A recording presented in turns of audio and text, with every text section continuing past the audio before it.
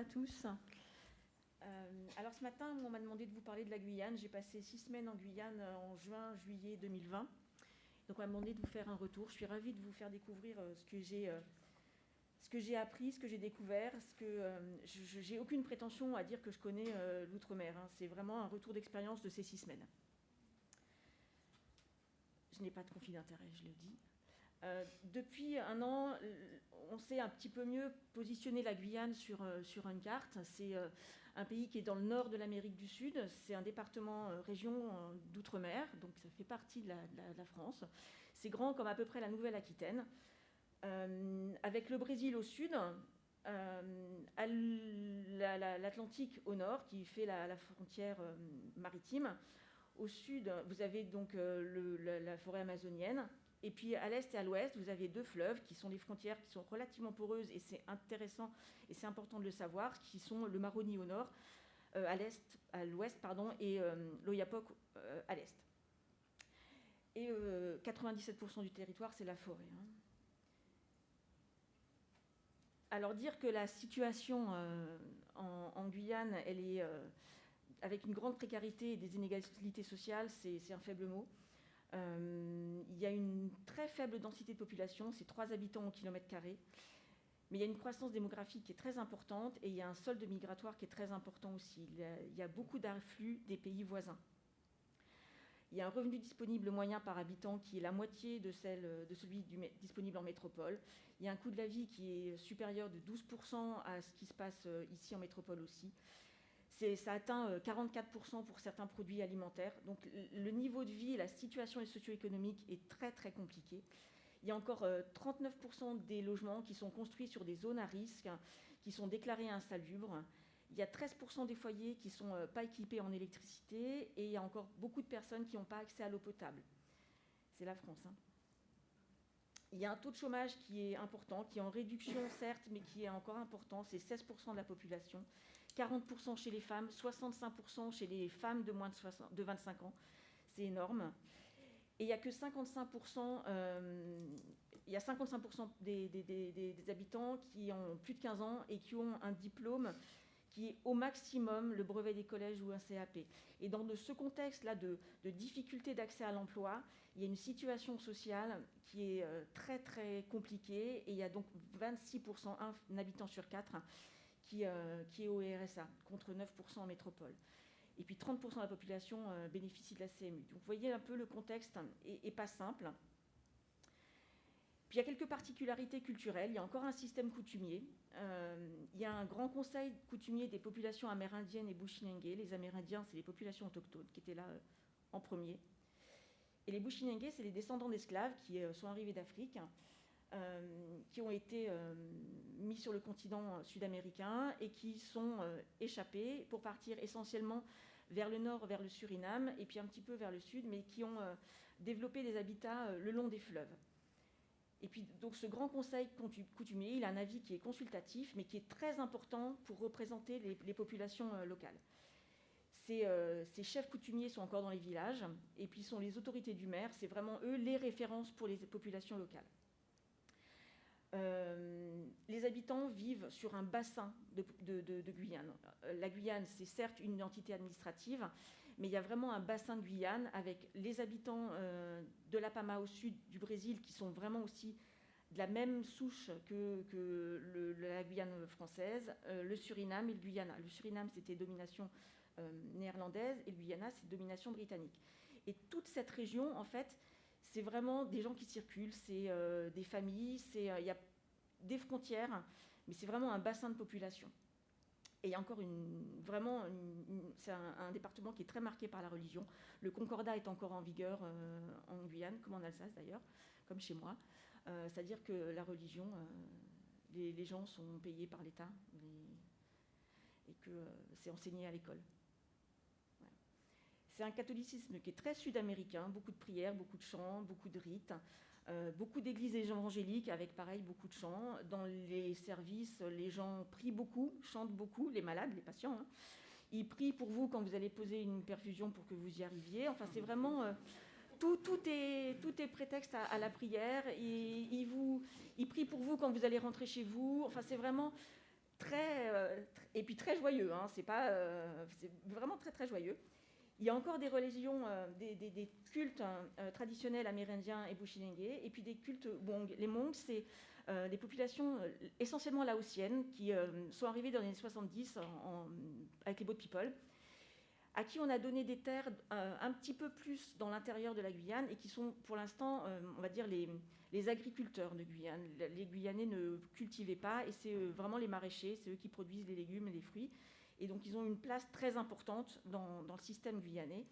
Et il y a encore des rites particuliers, notamment en ce qui concerne les enterrements. C'est eux qui s'occupent du transport du corps et qui s'occupent de la mise en terre. Ce n'est pas les pompes funèbres. Donc c'est pareil, quand on est soignant de métropole, c'est un petit peu compliqué à se dire que oui, c'est la famille qui va emmener le corps. Bon, là, c'était compliqué parce que c'était le Covid et c'était pas possible. Mais en temps normal, c'est les familles qui s'occupent de ça. Donc c'est pareil, c'est pas du tout la même chose que chez nous. Et c'est une population qui est très mixée, hein. Il y a 40% de créoles, des créoles de Guyane, mais des créoles des Caraïbes aussi, des Amérindiens, des Bushinengue, des Hmong, des Européens, essentiellement français. Et puis toute l'immigration des Caraïbes, Haïti en particulier, le Brésil évidemment, Suriname, le Venezuela, la Chine, le Liban.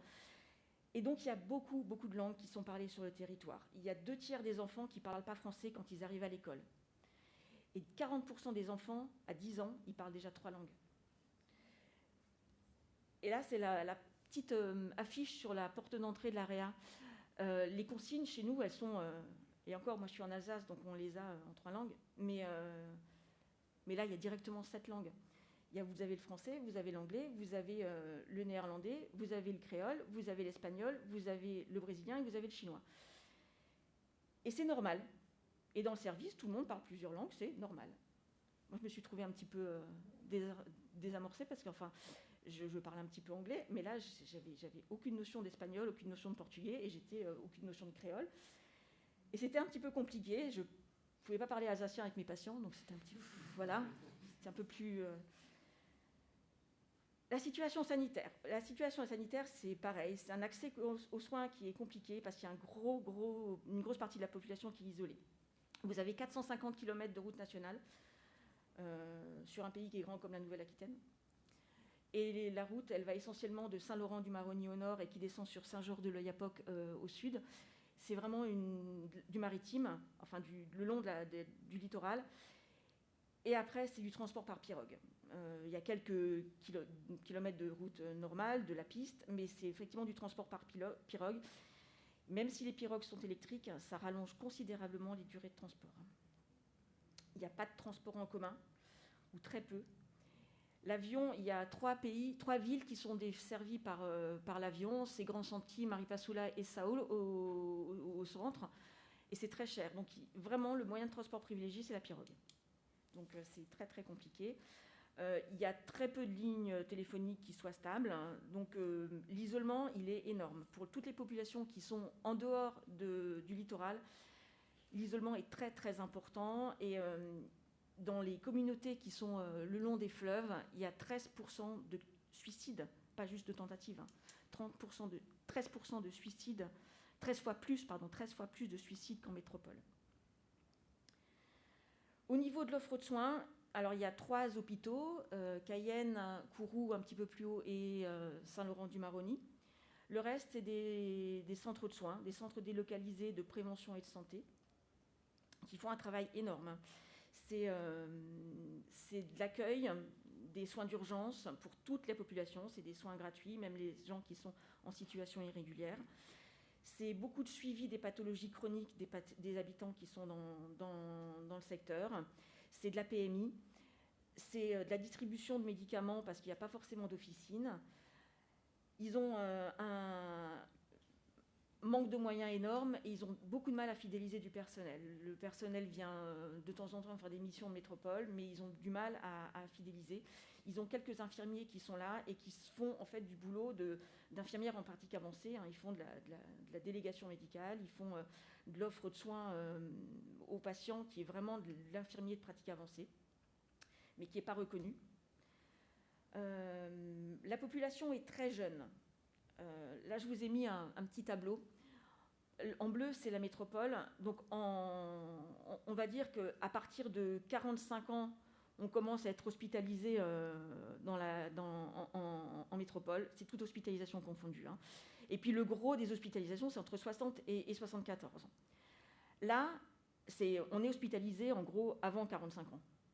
La moyenne d'âge de la population en réa, c'était 37 ans, en temps normal, hors Covid. Donc, moi, j'ai découvert des patients jeunes, ce dont je n'avais pas l'habitude. Et la réa accueille aussi des enfants, pour vous dire que je n'ai pas l'habitude non plus. Il y a une prévention qui est insuffisante, il y a une mortalité infantile qui est énorme, 10 pour 1000, alors qu'en métropole, c'est 3,7 pour 1000. Il y a des grossesses chez les mineurs qui sont très très importantes, c'est pareil, c'est 13 fois plus qu'en métropole. Il y a un taux de prématurité qui est à 14%, c'est 2 fois plus qu'en métropole. Tout ça pour vous dire qu'il y a vraiment des déterminants de santé qui sont très très défavorables. Il y a une couverture vaccinale qui est vraiment en progression mais imparfaite. C'est pour le ROR, le BCG et des TCP, ça commence à aller un peu mieux. Pour le papillomavirus, par contre, c'est niveau 0. Et ça se voit au niveau des incidences des cancers de l'utérus. Hein. Vous voyez, c'est 22,5 en Guyane, alors que c'est que 6,6 en métropole. Donc voilà, tout ça, vous rajoutez une absence de collecte de produits sanguins. Depuis 2005, il n'y a plus de collecte de produits sanguins. Tout est importé de la métropole ou des Antilles, ce qui pose quand même de gros soucis pour les patients qui sont drépanocytaires ou alors pour les patients amérindiens qui ont des groupes sanguins particuliers et qui ne correspondent pas du tout aux miens ou aux vôtres. Du coup, c'est très très compliqué. Vous avez une prévalence du VIH qui est importante. Et puis vous avez des nombres d'AVC qui sont importants aussi, parce que je vais vous expliquer un petit peu pourquoi après. Vous avez évidemment des pathologies infectieuses, hein, dengue, Zika, chikungunya.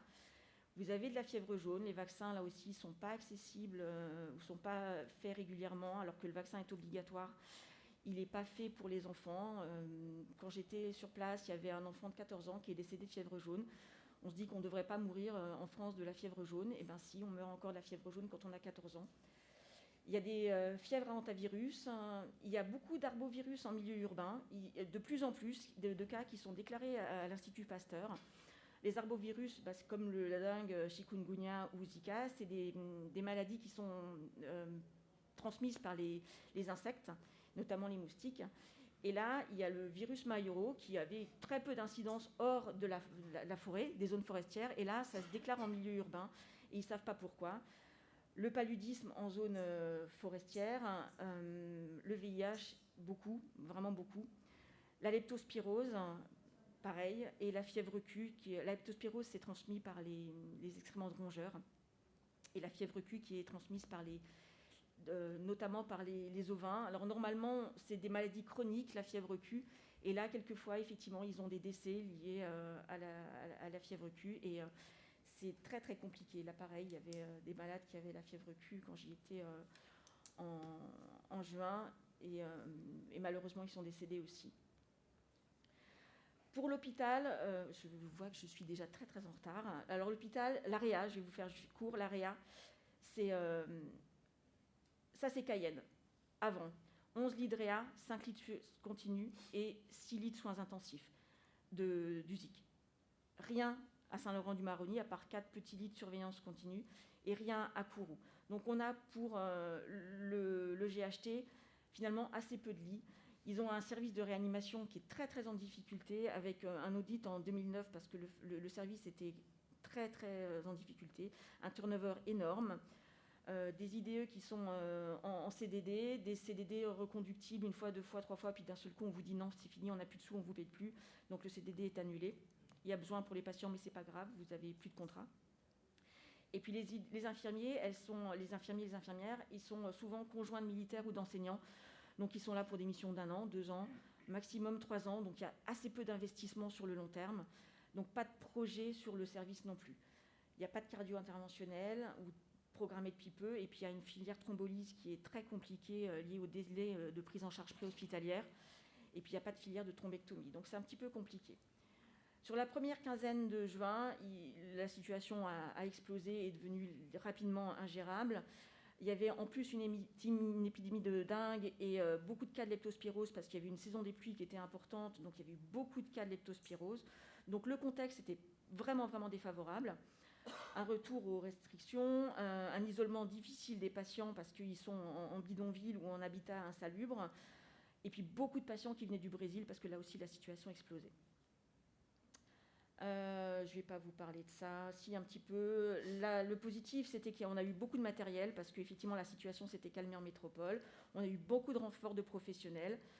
Les renforts des professionnels, c'est bien, mais quand il y en a trop qui arrivent en même temps, c'est compliqué parce que vous avez des expériences qui sont différentes, vous avez des niveaux de compétences qui sont différents. Vous avez des équipes qui arrivent et qui ne sont pas toujours bienveillantes avec les équipes locales, qui arrivaient avec un peu de supériorité, on va dire. Vous avez vraiment un vrai bouleversement des équipes sur place. Et puis, bêtement, on a manqué de tenue, de tenue simple, pas de tenue de protection. La difficulté aussi, c'était du nouveau matériel. Il y avait plein de nouveaux matériels, c'était parfait. Il y avait plein de matériel.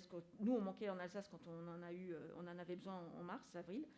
Là, il y avait plein de lits, plein de ventilateurs, plein de nouveaux pousse-seringues. Je vais essayer de revenir un petit peu en arrière, je suis désolée.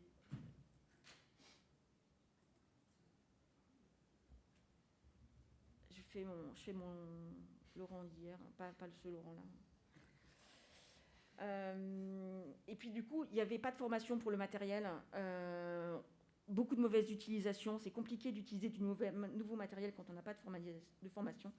Et puis bêtement, il faut trouver de la place pour le stocker, et quand on a plein de matériel, on ne peut pas le stocker. Le scanner était en panne pendant 15 jours, la machine à gaz du sang n'était pas opérationnelle, il y avait un manque de services dans les labos, donc en période Covid, c'est compliqué. L'encadrement, honnêtement, était très très dépassé. Les conditions de travail, c'est des conditions de travail en pays tropical, la chaleur, l'humidité, et puis des petites bestioles. Là, ce que je vous ai montré, là, c'est le recueil des eaux de pluie dans le service, à côté de l'armoire électrique, parce que quand il pleut aussi dans le service, donc c'est compliqué à gérer. Et puis les petites bestioles, elles sont sympas parce qu'elles portent bonheur, donc il ne faut surtout pas les chasser du service. Après la crise, il y a eu une mission de l'ICAS qui a dit qu'il fallait absolument renforcer et améliorer l'offre de soins sur l'ensemble du territoire, recruter et fidéliser des personnels qualifiés. Et donc, ils vont créer un CHU. Ils vont créer un pôle universitaire en santé avec la filière paramédicale qui va y être attachée. Il y a vraiment un gros projet d'augmentation du capacitaire. Je ne vais pas vous le détailler, mais vraiment, ils vont passer de très peu de lits à quand même 24 lits de réa sur le territoire ensuite, avec 27 lits de soins intensifs. Et ils vont développer la pédiatrie. Il n'y a pas de réa pédiatrique. Les enfants arrivent chez les adultes. Il y a très peu de formation paramédicale en Guyane. Si vous voulez faire des études, vous êtes infirmier, AS ou AP. Et là, ça monte en puissance, vraiment. Il y a une nouvelle équipe de direction à la tête de l'IFSI et ça prend vraiment, vraiment de la puissance. Voilà. Le bilan de tout ça, c'est que c'était très positif parce que j'ai pu voir des prises en charge différentes, des matériels différents. Travailler en open space, c'est rassurant quand on vient de l'extérieur et qu'on ne connaît pas les locaux. Beaucoup de nouvelles pathologies tropicales et traumatiques. Moi, je fais de la réa médicale et pas polytraum. Et là, il y avait aussi, effectivement, c'est une réa polyvalente et beaucoup de polytraumatisés. C'était intéressant. Enfin, intéressant, vous comprenez. Beaucoup d'échanges avec les équipes, beaucoup de gratitude, beaucoup de patience des soignants sur place. Et puis, le côté positif, c'était la réactivité de mes cadres sur moi. Je les ai appelés un vendredi matin pour leur dire « Est-ce que je peux partir ?» Le vendredi après-midi, ils me disaient « Oui, vous pouvez partir. Vous avez un contrat de mise à disposition. » Donc ça, c'était vraiment très, très positif. Le moins positif, c'est... moi, je travaille dans un service qui est informatisé depuis 1998. Donc le retour au papier-crayon, c'était un petit peu compliqué. Et puis, c'était trop court. Moi, j'étais trop longue, mais le séjour était trop court. Je vous remercie. Merci.